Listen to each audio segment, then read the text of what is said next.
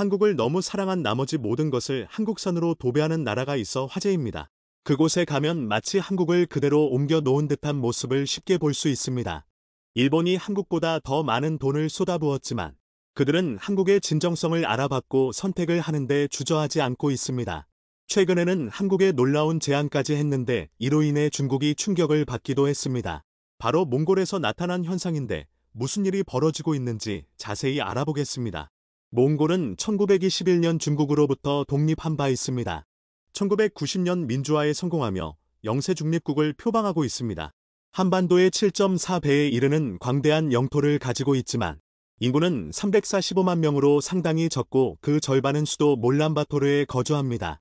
몽골에서의 한류는 1998년 모래시계가 방영되면서 시작됐습니다. 이어 2002년 겨울연가, 2003년 대장글 등이 한류 붐을 가속화시킨 상황입니다. 한국에서 새로운 드라마가 시작한 지 채 이터부터 3주가 지나지 않아 몽골 TV에 방영될 정도로 인기가 높아졌고 이로 인해 기존에 방송되던 중국 콘텐츠는 사라지게 됐습니다. SBS 드라마 아내의 유혹은 몽골에서 80% 시청률을 기록하며 전 세계 어디에서도 찾아볼 수 없는 금자탑을 쌓았습니다. 야인시대도 80% 가까운 시청률을 기록하며 인기를 끌었고 대장급은 전 국민을 한류에 빠지게 만드는 기폭제 역할을 했습니다. 시청자들의 요청으로 재탕, 3탕을 넘어 5번 넘게 방송을 했을 정도입니다. 몽골 사람들 사이에서 한국 음식은 약이라는 인식도 이때 생겨났습니다. 한식당도 많이 개접해 김치와 김밥, 떡볶이와 닭강정 등 K푸드가 높은 인기를 달리는 상태입니다. K뷰티, K패션도 몽골 젊은이들 사이에서 핫 이슈인데 연간 한국 화장품 수입은 337만 달러로 일본을 제치고 1위를 했고 넷플릭스 오징어 게임 영향으로 아이들은 하루 종일 한류 게임을 즐기고 있습니다.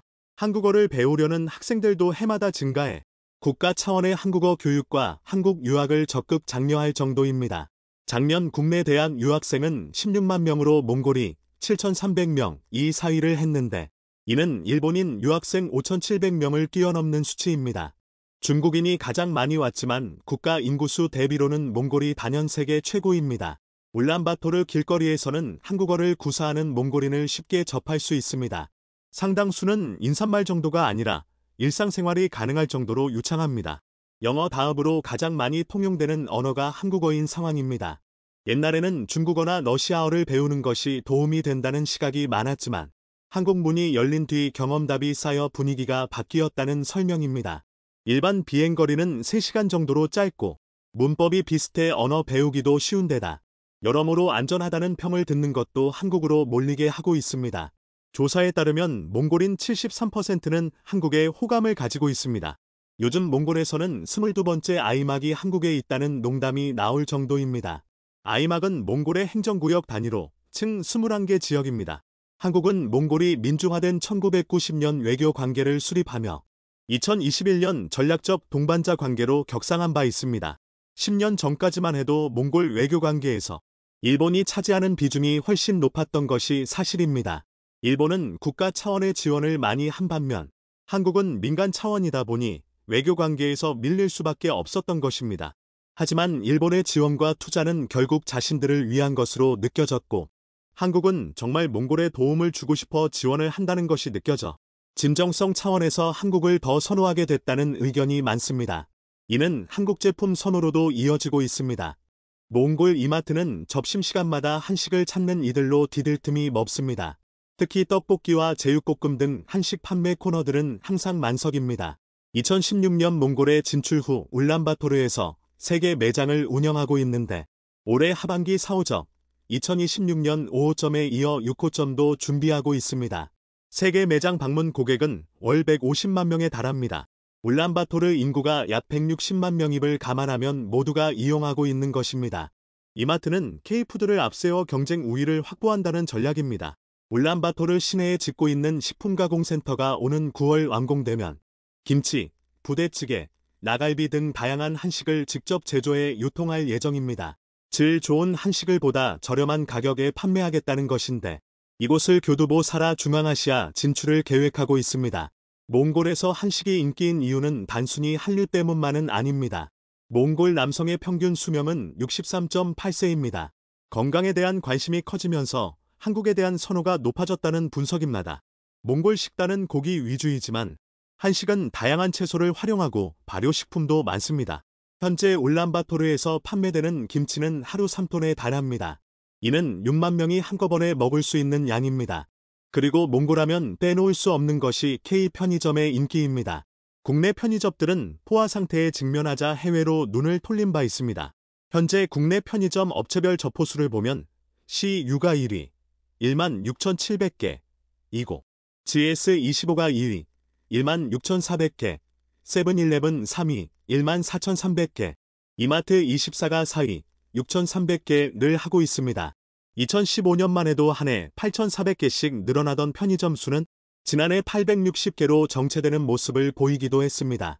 CU는 2018년 몽골에 진출해 노를 현재 320호점을 운영하고 있습니다. 울란바토르 시내 중심에서는 30터부터 50m 거리마다 CU를 볼 수 있습니다. GS25도 몽골에서 202호점을 열었는데 CU와 하나면 무려 500개가 넘습니다. 울란바토르 지점은 하루에 1,000명 이상의 손님이 찾고 있습니다. 몽골 북한 대사관 옆에도 CU 편의점이 있을 정도입니다. 가끔 북한 대사관 직원들이 아이스크림과 담배 등을 사러 오는 것으로 나타났습니다. 특히 즉석 원두커피 지대커피가 현지 젊은 층에게 큰 사랑을 받고 있습니다. 점포당 하루 평균 200여 잔씩 판매돼 CU가 몽골의 커피 문화를 전파했다는 말이 나올 정도입니다. 이는 한국 판매량의 10배가 넘는 수치입니다. 몽골 제2도시인 다르양에도 세계 점포를 개점하면서 현재 편의점 분야 70% 점유율로 1위 브랜드에 몰라 있습니다. 개점 속도는 더욱 가팔라지는 추세입니다. 100호점 개점까지는 약 26개월, 200호점까지는 18개월, 그리고 300호점까지는 10개월밖에 소요되지 않았습니다. CU는 마스터 프랜차이즈 방식을 택해 수익성도 안정적인 편입니다. 현지 기업의 브랜드 사용 권한, 매장 개설, 사업 운영권을 부여하고 로열티를 수취하는 방식입니다. 지난해 몽골 매출은 전년 대비 48%나 증가하는 성과를 냈습니다. 떡볶이, 튀김, 호떡, 즉석라면 등 즉석조리 식품이 117% 올랐고 GET커피는 120% 신장률을 보였습니다. 한국식으로 만들어낸 소불고기 김밥, 제육김밥, 참치마요 등 삼각김밥도 높은 인기를 보이는 중입니다.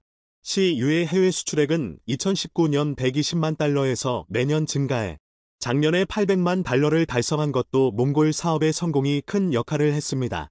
몽골 100대 기업 순위 중 CU와 협력 중인 센트럴 익스프레스는 2021년 39위에서 올해 11위로 순위가 급상승하고 있습니다. 몽골 우수 100대 기업 중 35개는 유통 및 서비스업으로 광산업 다음으로 몽골 경제의 중요한 분야입니다. 이는 유통일이 CU와 이마트 등 한국 기업들이 큰 역할을 했기 때문입니다. CU가 해외에서 성공한 이유는 일본과의 관계를 털어낸 것도 큰 이유입니다. CU는 2012년까지 일본계 회미리마트 브랜드를 사용한 바 있습니다. 이에 매년 일본에 30억 원 상당의 로열티를 지급해야 했습니다. 2012년 회미리마트와 라이선스 계약을 해지하고 회사명을 벌프리테일로 바꾼 후 CU 브랜드로 독립을 선언했던 것입니다. 회미리마트와의 협력관계는 제약 요소로 작용해 왔습니다. 해외에 진출할 경우에도 일본 측의 동의를 받아야 했습니다. 2012년 라이선스 계약을 종료하겠다고 통보했을 때 한국이 편의점 사업에서 성공할 수 있었던 것은 순전히 회미리마트의 브랜드 파워 덕분이라며 실패를 장담하기도 했습니다. 하지만 한국 내 점포가 2배로 늘었을 뿐 아니라 해외로까지 발을 넓힐 수 있었습니다. CU는 몽골에서의 성공을 바탕으로 바로 옆 나라 카자흐스탄에도 진출합니다. 협력하기로 한 현지 업체 신라인은 중앙아시아 전역의 유통망을 확보한 아이스크림 업체입니다.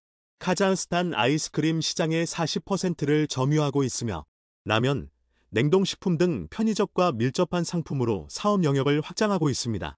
신라인의 신안드레이 대표는 고려인 3세로 한국 문화에 대한 이해도가 높고 CU 운영 시스템을 살펴보기 위해 여러 차례 한국을 찾기도 했습니다.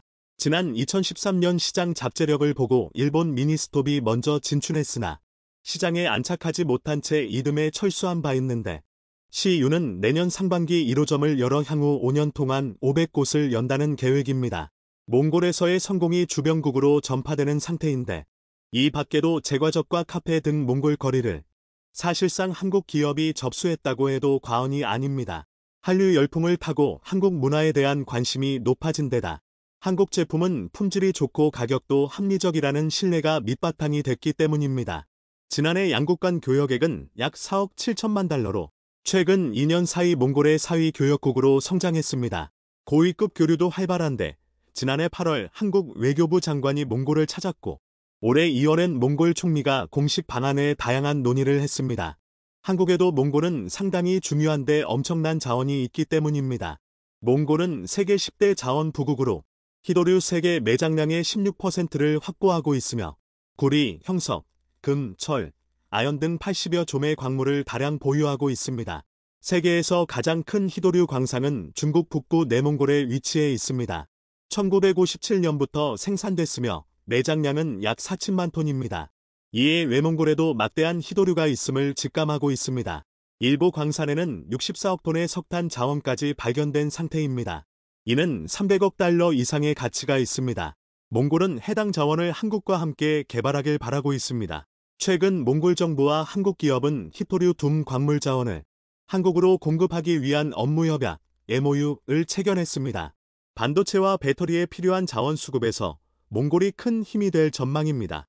최근에는 테슬라마저 몽골에 관심을 보이며 전기차 관련 투자 논의를 하기도 했습니다. 하지만 몽골은 마음이 맞는 한국과 허멈을 하길 더 바라고 있습니다. 한국은 몽골과 신뢰를 지켜 중요한 파트너가 되길 바랍니다. 중국에는 없는 역사 도시에 관광객 몰리는 이유. 한국에는 여러 개의 역사 도시들이 있습니다. 고대 선사시대에서부터 근대의 시기 동안 남아있는 한반도에 고대 역사 도시들은 중국에는 없는 아주 희귀한 도시 풍경을 자랑합니다. 이 때문에 한국의 역사 도시들은 향후 급성장하게 될 아시아 경제권에서 수많은 아시아의 관광 자본을 빨아들이는 역할을 하게 될 것으로 기대되며 또 한국의 도시 속에 살아 숨쉬는 다양한 역사적 풍경은 문학, 영화, 음악 등의 콘텐츠로 되살아나 한국의 문화를 더욱 깊이 있고 매력적이게 만들 것으로 기대되고 있습니다. 그렇다면 13억 중국 땅에는 없고 아시아 전체적으로 봐서도 희귀한 한국의 역사 도시들을 살펴볼까요? 10위부터 살펴봅니다. 10위 중도 유적. 성황리에 개장한 강원도 춘천 레고랜드. 그러나 심각한 적자 등의 이슈로 한국에서 시장을 철수할 가능성이 높아지고 있습니다. 공교롭게도 레고랜드가 위치한 중도 섬 일대는 단순한 섬이 아닙니다. 고대 동아시아의 문명의 열쇠가 될 수도 있는 선사시대 유적들이 대거 발견됐던 것입니다. 이 때문에 우리 역사학계에서는 이것은 중국의 동북공정에 대항할 수 있는 어마어마한 유적이라고 극찬 받았으나 레고랜드가 확정되면서 우리 역사학계의 아쉬움의 목소리가 나왔었습니다. 이 때문에 일부 사학계에서는 레고랜드가 아닌 고조선 랜드를 만들어도 모자를 판이라는 목소리가 나올 정도의 상황이었습니다. 역사학계에서는 레고랜드가 위치한 중도섬은 고고한 역사상 유래를 찾기 어려운 선사시대 도시 유적이라는 극찬을 받았습니다. 그런데 레고랜드 발 금융위기가 덮치면서 자칫 레고랜드가 철수를 하게 된다면 진짜 사학계의 말대로 고조선 랜드가 한국에 탄생하게 될지도 모릅니다. 레고랜드를 지으면서 이미 관광객 유치를 위한 세계 인류급 기반 시설들이 중도섬에 갖추어졌는데 단순 역사유적 사업이라면 예산을 받기 어려웠을 사업이 레고랜드 유치로 인해 만들어져서 재발굴 사업을 통해 세계적인 선사시대 테마파크가 만들어질 수 있을지 기대되고 있습니다. 9위 부여 익산 공주. 현재 중국은 백제사를 호시탐탐 노리고 있습니다. 바로 동아시아의 해상왕국 백제의 역사를 탐내는 것입니다. 백제사는 일본 제국도 탐냈던 역사로 대동아 공영권의 명분을 백제사의 일본사 편입을 통해 찾으려 했으나 백제의 유적이 고스란히 남아있는 도시는 역시 한국의 부여 익산 공주시 일대입니다.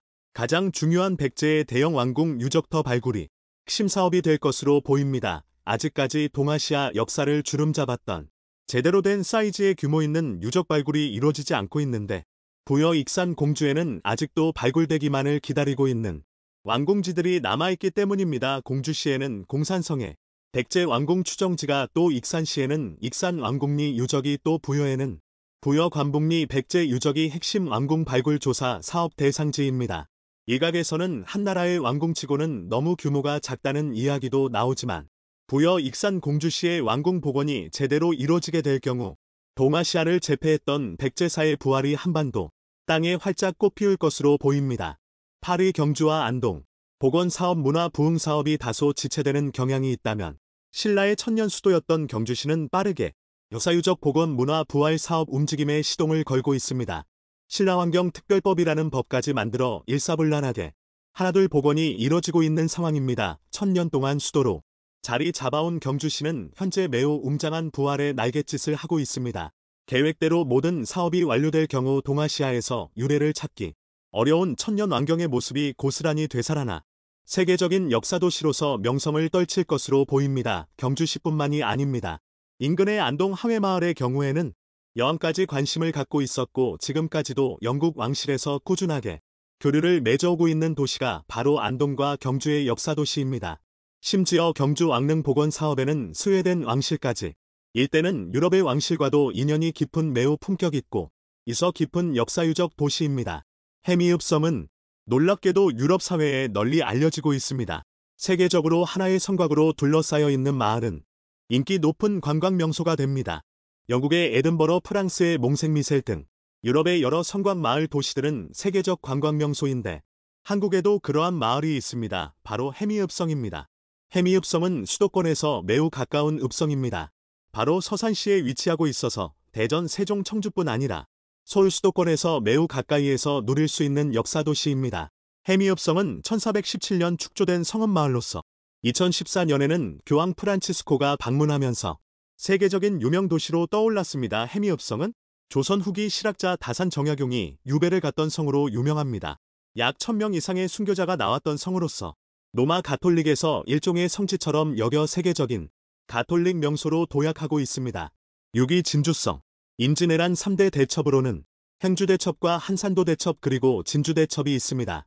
임진왜란 당시 진주성이 왜군에 의해 먹혔다면 곧바로 조선 제1의 곡창지대인 호남평야가 뚫림으로 인해서 이순신의 조선 수군 전력이 완전히 멸절될 상황이었습니다. 다행히 김시민 장군의 기지로 진주성에서 대승리를 거두었고 조선군이 일본에 반격할 수 있는 시간을 만들어준 전투였습니다. 이러한 섬은 오늘날 매우 아름다운 섬으로 남아있습니다. 진주 강변에 우뚝 솟아있는 진주섬은 마치 영국의 에든버러 섬 같이 웅장하기도 하며 또 진주시에서는 유등축제라고 하여 인기 있는 명소로 재탈바꿈하였습니다. 최근 진주시는 진주성과 그 주변의 대대적인 정비를 하여 역사유적 도시로서 제어 달바꿈시키기 위한 노력을 5위 나간읍성. 한국에서 가장 아름다운 세계적으로 손에 꼽는 성곽 마을이 있습니다. 바로 나간읍성입니다. 이곳은 성곽 안에 초가마을이 잘 남아있었고 실제 주민들이 생활을 하는 마을로서 세계적으로도 보존가치를 인정받기 시작하고 있습니다. 성곽과 마을 내부가 원형에 가깝게 보존되고 있어 역사 가치가 높은 마을입니다. 전남 순천에 위치한 나간읍섬은 전라도 지방 핵심 여행지역 중 한 곳인데 최근 앞서 언급한 해미읍성 유네스코에 지정되기 위한 작업에 착수했습니다. 충청, 전라, 경상 3개의 읍성이 동시에 유네스코의 등재 노력을 추진해 삼남지방의 통합과 우호를 위해 매우 주요한 사업으로 추진되고 있습니다. 4위 군산 목포. 일제강점 시 호남 일대의 수달의 장소였던 군산항과 목포항 일대에는 일제강점기 근대건축이 남아있습니다. 그런데 그 일제강점기 근대건축들이 최근 보존이 이뤄지면서 군산 목포 구시가지가 젊은 MZ세대들의 핫플레이스로 등극하고 있습니다. 커피 거리, 빵집 거리가 만들어지고 있고 이러한 근대건축의 돔과 분위기를 맞춘 시가지가 병행 보존 개발되기 시작하면서 군산항 목포항 일대는 아시아에서도 보기 드문 근대 분위기의 도시가 만들어지고 있습니다. 3위 부산역 주변. 부산역전이 최근 젊은 MZ세대들 사이에서 인스타그램 사진 명소로 유명세를 떨치고 있습니다. 바로 최근 새 단장이 완료된 부산 구 백제병원 때문입니다. 일제강점기 세워진 부산 최초의 근대식 종합병원인 구 백제병원 벽돌 건물이 원래 철거가 이뤄질 뻔했으나 내부가 멋진 카페로 바뀌며 인기 명소가 되고 있습니다. 부산역 주변에는 이렇게 근대식이 지어진 건물들이 많아서 이러한 보존 방식의 명소로 도시 분위기가 달라지고 있습니다. 이뿐 아니라 대한제국식이 만들어진 구 부산세관 건물도 복원이 추진되면서 부산역 앞의 도시 분위기가 근대적 분위기가 살아 숨쉬는 도시로 제어 달바꿈될 것으로 기대됩니다. 2위 수원화성. 수원화성은 유네스코로 지정된 아시아에서도 보기 드문 성곽입니다. 눈에 띄는 것은 수원 성곽이 하나의 시가지를 감싸고 있다는 점입니다. 바로 팔달구 일대의 구성곽 시가지인데 이곳은 최근 화성행궁이 복원이 되면서 인기 명소로 떠오르고 있습니다. 대장금 촬영지로도 유명세를 떨치며 수원 화성성과 내부 시가지는 매우 인기 높은 국제관광명소로 급부상하고 있습니다. 수원 화성은 우리 역사에서 가장 진보된 건축기술을 도입한 성곽이며 고층 벽돌 타워형 건축물도 있어서 건축사 학적 역사학적으로 매우 의미 깊은 1위 덕수궁 일원. 덕수궁 주변에는 중국에는 없는 건축 양식이 있습니다. 바로 자국 황실이 만든 근대 건축 궁궐들입니다. 중국에는 자국 스스로 만든 근대 건축 양식의 궁궐 건축들이 없습니다. 그런데 대한민국 서울 덕수궁 일원에는 있습니다. 이 중 대표적인 건축물로는 석조전이 있습니다. 영국풍에 대한 제국시대에 만들어진 석조 궁궐 건축입니다. 그런데 최근 들어 이러한 대한 제국식이 만들어진 근대 궁궐들이 하나둘 복원되고 있습니다. 덕수궁의 돈덕전, 덕수궁의 중명전 등이 하나둘 복원되고 있고 복원 가능성이 있을 것으로 예상되고 있습니다. 덕수궁과 광화문 일원에는 구한말 대한 제국 황실 스스로 만든 근대식 네오바로크 양식의 건축물들이 즐비한데 이러한 건물들이 하나둘 복원이 완료된다면 우아한 근대 품격 있는 도시로서의 명성이 높아질 것으로 기대됩니다. 이러한 건물들은 동남아시아 중국에는 없기 때문에 매우 희소한 역사자원이 될 것이 확실하며 또 근대 사극이 만들어지면서 이러한 역사 무대를 배경으로 한 한국의 도시들은 매우 큰 인기 관광 명소가 될 것입니다. 이탈리아는 대기업 중심의 국가 경제보다는 관광업을 토대로 한 서비스업 산업으로 국가 경제를 유지하고 있습니다. 한국도 앞으로 아시아의 경제가 발전하면 발전할수록 한국에 몰려오는 아시아권 국가 관광객들이 많아질 것으로 기대되고 있습니다. 이러한 역사도시의 복원과 발굴도 이러한 역사도시들을 바탕으로 만들어지는 문학 영상문화 콘텐츠 등을 적극 장려하여 애플이 삼성 대신 중국 부품사를 선택하려 했다가 난리가 나고 있어 화제입니다. 최근 외신들은 중국 BOE가 삼성과 LG 디스플레이를 제치고 아이폰 최대 패널 공급업체가 될 것이란 보도를 쏟아낸 바 있습니다. 국내 언론들이 일제히 위기감을 드러냈을 정도입니다. 하지만 이를 본 해외 고객들은 엄청난 비판을 쏟아내며 애플의 몰락을 예고하고 있습니다. 이런 상황에 삼성 디스플레이가 CES 2023에서 놀라운 반격을 가해 BOE를 선택하려 했던 애플을 급 후회하게 만들기도 했습니다. 삼성을 배신하려 한 애플의 위기. 어떤 일이 발생했는지 자세히 알아보겠습니다. 최근 애플 전문 분석가 대만의 거밍치는 트위터에 놀라운 내용 하나를 올린 바 있습니다. 중국 BOE가 2024년까지 삼성 디스플레이를 추월해 애플의 최대 패널 공급업체가 된다는 것입니다. 이는 외신을 타고 일파만파로 퍼져 엄청난 화제가 됐습니다. BOE는 현재 삼성과 LG에 비해 가장 적은 물량을 아이폰에 공급하고 있습니다. 지난해 출시된 아이폰 14 시리즈 점유율을 보면 삼성 디스플레이가 70% 수준으로 가장 많았고 LG 디스플레이 23%, BOE 7% 수준이었습니다. 그런데 올해 하반기 출시될 아이폰 15 시리즈에서는 하위 버전인 기본 및 플러스용 패널 70%를 BOE가 공급하고 나머지 30%를 삼성에게 맡길 수 있다는 전망을 한 것입니다. 게다가 2024년부터 BOE가 LTPO, 저온다 결정 사람을 패널 양산에 돌입하면 애플이 프로 모델용으로 20%부터 30%를 추가로 주문해 최대 공급업체가 될 것이란 내용입니다. 하지만 거밍치의 전망을 두고 신뢰성이 다소 떨어진다는 의견이 나오고 있습니다. BOE 패널은 프리미엄 비중이 거의 없고 저가 이미지가 강해 하위 라인업 물량을 많이 가져갔을 때를 가정한 주장은 신뢰하기 어렵다는 것입니다. 국내 전문가들도 BOE가 삼성을 뛰어넘을 가능성은 희박하다는 의견을 내놓고 있습니다. BOE가 현재 한국을 따라잡지 못한 기술로는 저온다 결정 사람을, 즉 LTPO 기술이 대표적입니다. 삼성이 사용하는 LTPO 기술은 120Hz를 사용하면서도 디스플레이 전력 소모를 최대 20% 줄일 수 있습니다. 재작년 11월부터 BOE가 애플에 공급했던 제품은 이보다 한 단계 낮은 저온다 결정 실리콘 LTPS 기술이었죠. 여기에서도 BOE 수율은 80% 정도로 90% 이상인 삼성과 기술 격차를 보였습니다. 결국 BOE는 수율을 높이기 위해 눈속임을 했다가 발각된 바 있습니다. OLED 설계를 무단으로 변경하는 꼼수를 썼던 것입니다. 당초 애플은 BOE의 일반 모델용 패널 5천만 장을 할당해 놓은 상태였습니다. 이는 전체 디스플레이 공급량의 절반에 달하는 상당한 규모입니다. BOE 제품은 한국산보다 30% 이상 싸다는 이점이 있습니다. 애플은 BOE 패널을 일부 채택해 원가를 절감하고 한국과 경쟁을 붙여 가격을 낮추는 시도를 했던 것입니다. 이런 자신감의 BOE 회장은 삼성과 LG를 넘겠다는 언급을 하기도 했습니다. 스마트폰용 OLED 1억 장을 쏟아내겠다면서 말입니다. 하지만 속임수가 드러났고 물량 납품이 중단돼 버렸죠. 달러 강세가 지속된 것이 애플이 BOE를 다시 선택한 이유로 꼽히고 있습니다. 제조 원가를 낮춰 수익성을 확보해야 했기 때문입니다. 스마트폰 부품 가격은 글로벌 인플레이션으로 전반적으로 오르고 있는 추세입니다. 아이폰 14 시리즈는 LTPS 기술이 적용된 하위 라인업과 LTPO를 적용한 상위 라인업 등 모두 4종으로 구성됩니다. 지난해 하반기 사용된 LTPS 패널은 35% 정도였고 LTPO 패널은 65% 정도였습니다. 그만큼 기본형보다는 삼성 패널이 많이 쓰인 상위 모델이 잘 팔렸던 것입니다. 이런 상황에 BOE가 내년 하반기 달성할 수 있는 최대 점유율은 20% 수준으로 보고 있습니다. 킬로바이트 연구원 또한 향후 3년간 삼성 디스플레이의 아이폰 올리드 점유율은 최소 60% 이상 유지될 것이라 전망하기도 했습니다. 해당 내용은 사우스차이나 모닝포스트 등 외신에서도 집중적으로 다루고 있습니다. 그런데 BOE는 아이폰 납품 여부를 묻는 취재진의 질문에 답변을 회피했고 삼성과 애플은 논평 요청에 응하지 않은 것으로 나타났습니다. 즉 BOE가 선택받는다는 것은 단순히 김잉치의 추측일 뿐 결정된 사항은 없었던 것입니다. 하지만 애플의 중국 선택 가능성에 외국인들은 크게 격노하고 있습니다. 일부 반응을 보면 BOE를 선택하면 확실히 스마트폰이 더 중국스러워질 것이다.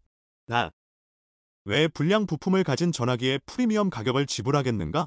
나는 중국 패널보다는 작년 삼성이나 LG 패널을 갖고 싶다. 애플은 정신 차리고 40% 마진 달성 노력을 멈춰야 한다. 적어도 프리미엄 모델은 여전히 삼성과 LG입니다. 애플이 삼성 대신 BOE 패널을 사용하면 전체 가격을 확실히 낮출 수 있다. 하지만 나를 포함해 대다수는 열등한 것은 사지 않을 것이다. 디스플레이 품질 면에서 누구도 삼성과 LG를 이길 수 없습니다. 글쎄 아이폰 15에 열등한 패널을 넣는다는 소문을 퍼뜨려 아이폰 연례 판매량을 증가시키려는 수단이 아닐까? 중국에 대한 의존도를 높이는 것은 매우 근시안적인 것 같습니다. 이는 더 나은 가격을 얻기 위한 협상 전술일 뿐입니다. 대체로 이런 식의 반응을 쏟아내고 있습니다. 애플은 그동안 상대적으로 비싼 가격을 고수하며 프리미엄 전략을 써온 바 있습니다. 아이폰 모델별로 급 나누기 전략을 취하며 소비자의 선택을 유도했던 것입니다. 아이폰 기본형과 플러스 등에는 BOE 저가 패널을 사용하고 아이폰 프로, 프로맥스 등 고가 모델에는 삼성과 LG 패널을 사용하면서 말입니다. 하지만 아이폰 14 기본형과 플러스 모델은 잘 팔리지 않았고 상위 모델인 프로와 프로맥스만 인기를 끌어 애플을 당혹스럽게 했습니다. 애플의 최대 시장인 중국 내 상위 모델 사전 예약이 85%를 차지했을 정도입니다. 반면 아이폰 14 플러스와 기본형은 역대급 참패를 기록했습니다. 기본형에만 들어가는 BOE 패널 공급량이 600만 대선에 그친 것도 이런 이유 때문입니다. 애플이 BOE 패널을 썼기에 해당 모델에서 참패를 했다는 분석도 있습니다. 결국 애플은 삼성 패널이 사용되는 프로 모델 생산을 더 늘려야 했습니다. 애플의 핵심 생산기지인 중국 장저우 폭스콘 공장이 코로나 확진자로 봉쇄되면서 연말 쇼핑 대목을 놓친 것도 애플을 다급하게 했습니다. 애플의 중국 의존 전략은 대실패했고 시총 2조 달러가 붕괴돼 버렸죠. 지난해 1월 사상 최고치를 찍을 당시 시총은 3조 달러 정도였습니다. 불황의 그늘은 콧대 높은 애플의 가격 정책마저 흔들고 있습니다. 소비자들이 허리띠를 졸라매자 가격 인하 카드까지 만지작거리고 있는 것입니다. 스마트폰에서 디스플레이가 차지하는 원가, 비중은 30%에 육박합니다.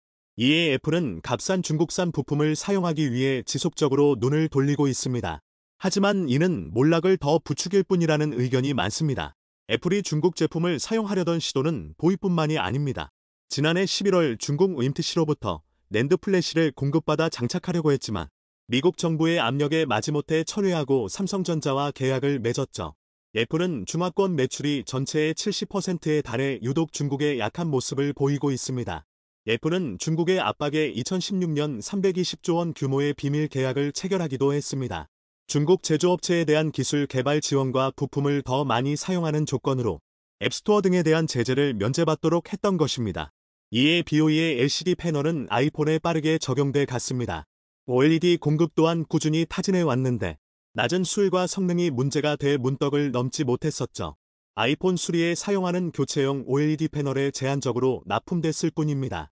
그동안 애플이 중국 BOE를 제외했던 것은 저전력 및 터치 일체형 패널을 원했던 애플의 요구에 맞추지 못했던 것도 이유입니다. 중국은 저가 공세로 가격 경쟁력을 높여 국내 기업을 추격하는 방식을 쓰고 있습니다. 중국 정부 또한 자국 기업에게 막대한 지원을 쏟아붓고 있습니다. 최근 5년간 이들 기업이 받은 적자 보조금은 2조 5천여 원에 달했을 정도입니다. BOE가 패널 양산을 위해 지은 공장 건설 비용 7조 8천억 원 중 허베이 지방정부와 금융기관이 90%에 가까운 대출을 지원하기도 했습니다.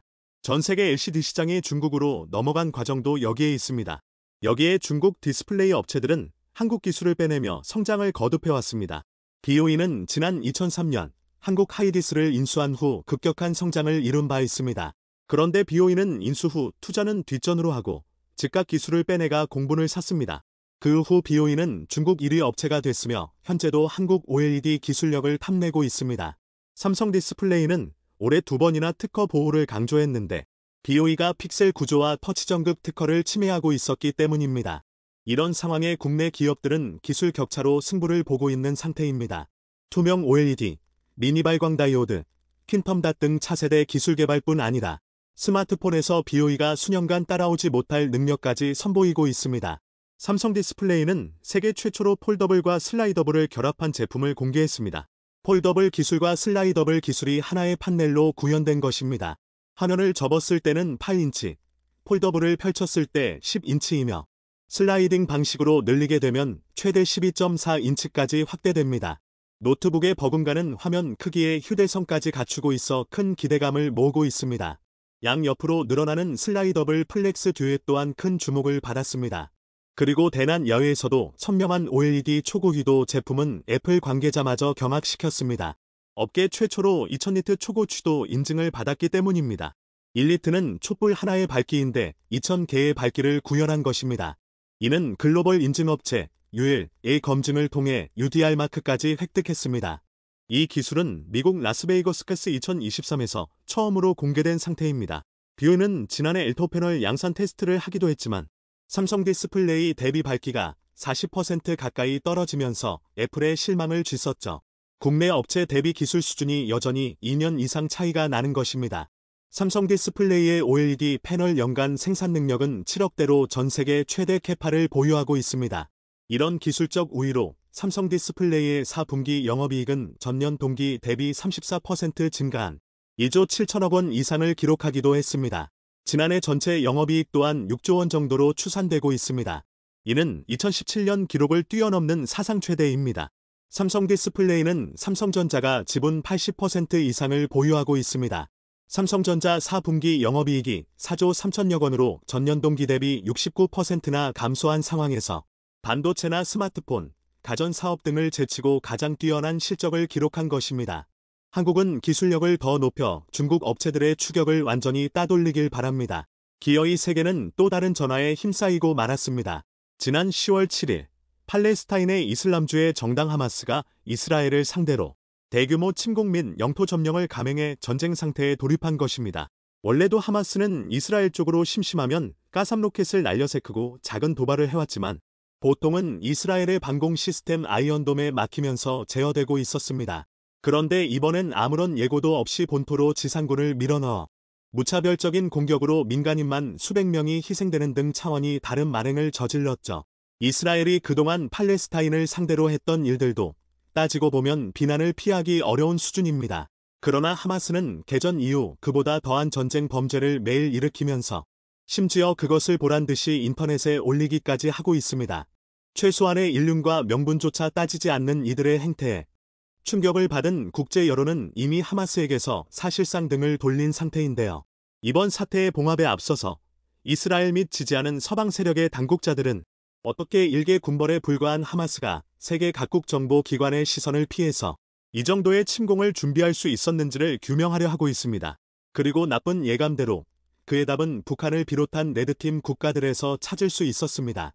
하마스가 공개한 영상 등에서 심심찮게 북한의 흔적을 발견할 수 있었던 것입니다.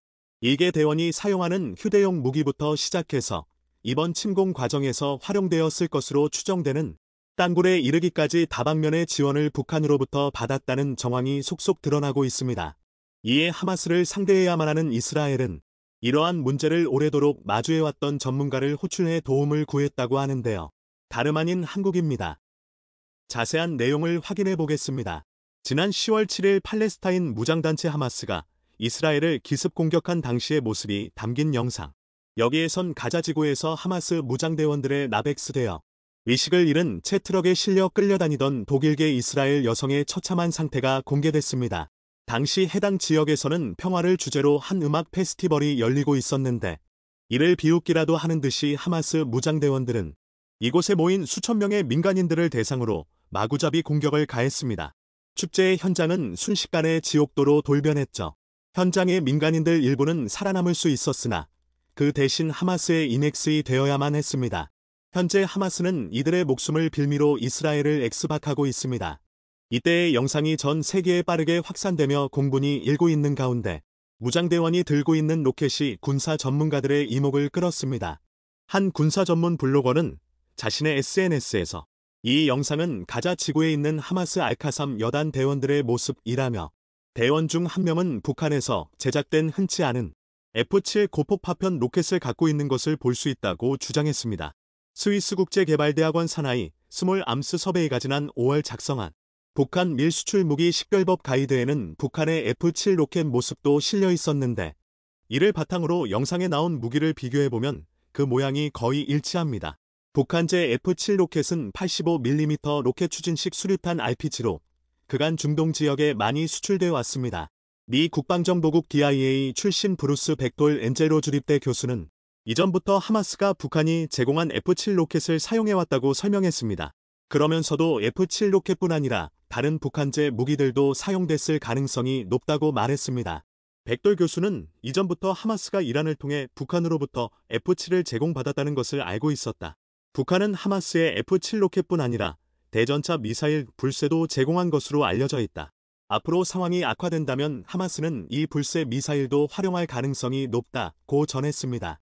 미 랜드 연구소의 브루스 베넷 선임연구원도 북한 무기들이 하마스에서 사용되고 있다는 것은 그다지 놀라운 소식은 아니라고 답했습니다.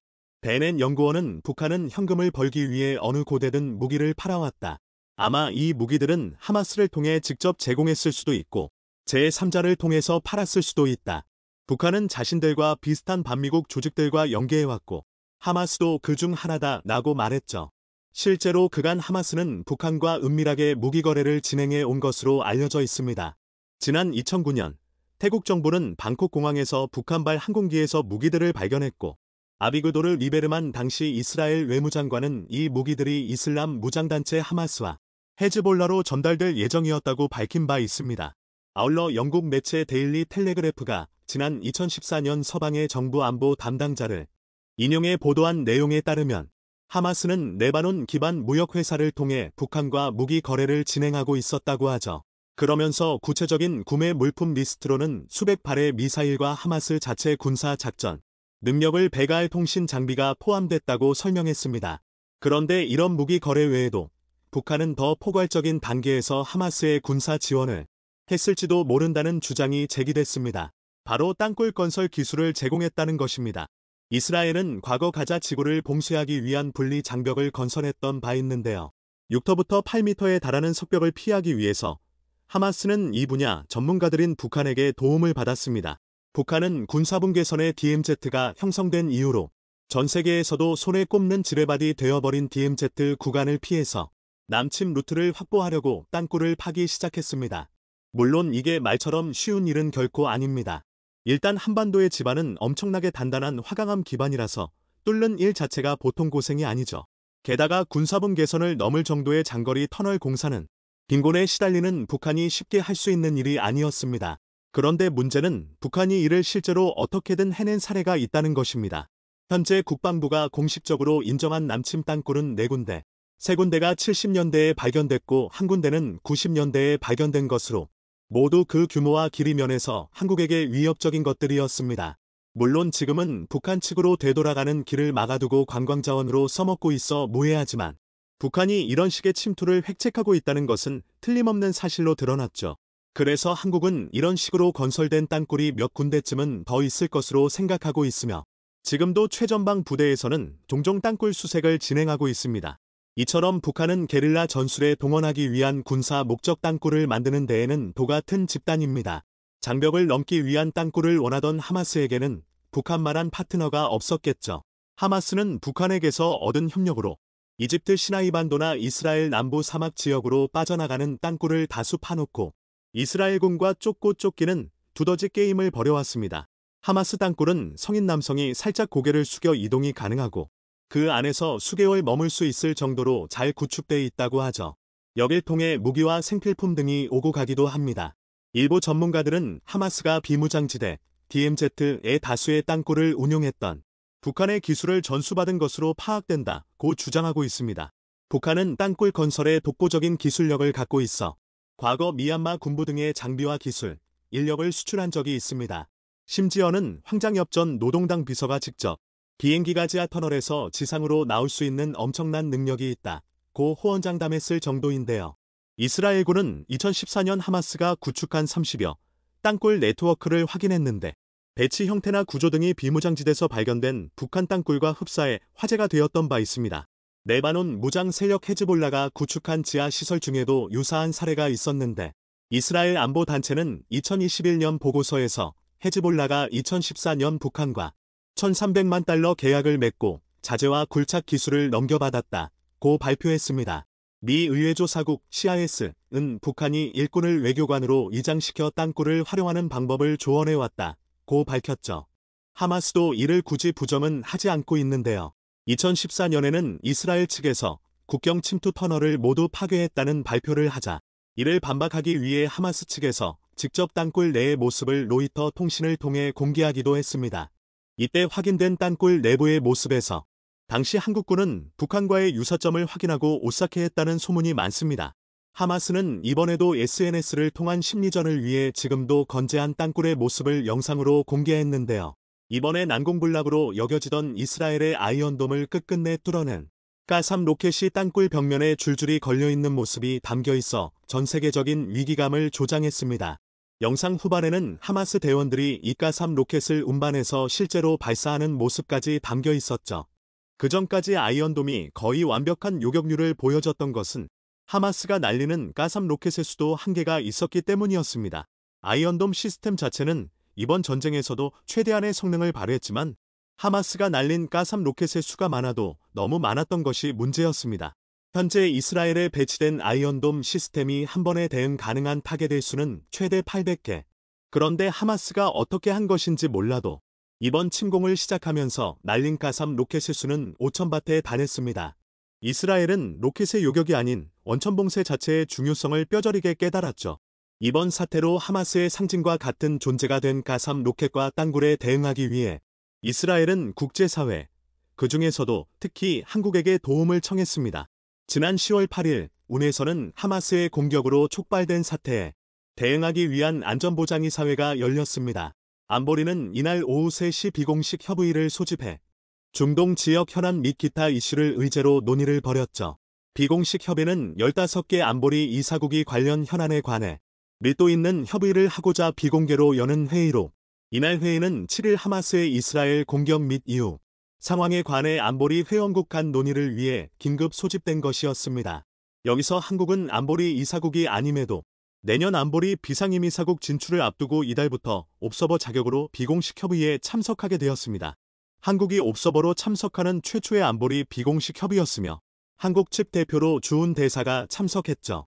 이스라엘은 이 자리를 빌어 국제사회에 이번 사태 해결을 위한 도움을 청한 셈인데 이사국이 아닌 한국까지 찾았다는 것은 하마스에 대한 군사적 대응에 한국의 자문을 원한다는 의미와 같았습니다.